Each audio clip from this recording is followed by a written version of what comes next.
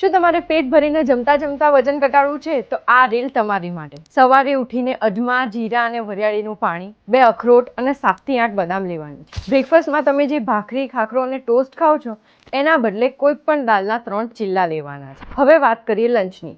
લંચની plate કેવી દેખાવી જોઈએ? તો લંચની પ્લેટમાં 50% વેજીટેબલ્સ હોવા જોઈએ, જેની અંદર તમે સેલેડ કે ઘરે બનતું કોઈ પણ શાક લઈ શકો છો. પ્રોટીન માટે એક મોટી વાટકી દાળ, પનીર કે ટોફુ લેવાનું છે. કાર્બ્સ માટે તમે 2 રોટી કે ભાત લઈ શકો છો.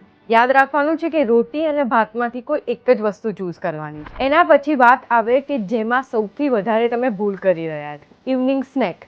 એની અંદર જ તો તમે નમકીન, વેફર અને બિસ્કિટ ખાઓ છો, રાઈટ? તો એની બદલે રોસ્ટેડ ચના, મખાના, ફ્રૂટ્સ, સીડ્સ અને નટ્સ લેવાના છે. હવે વાત કરીએ ડિનર. ડિનરની પ્લેટ સિમ્પલ રાખવાની છે.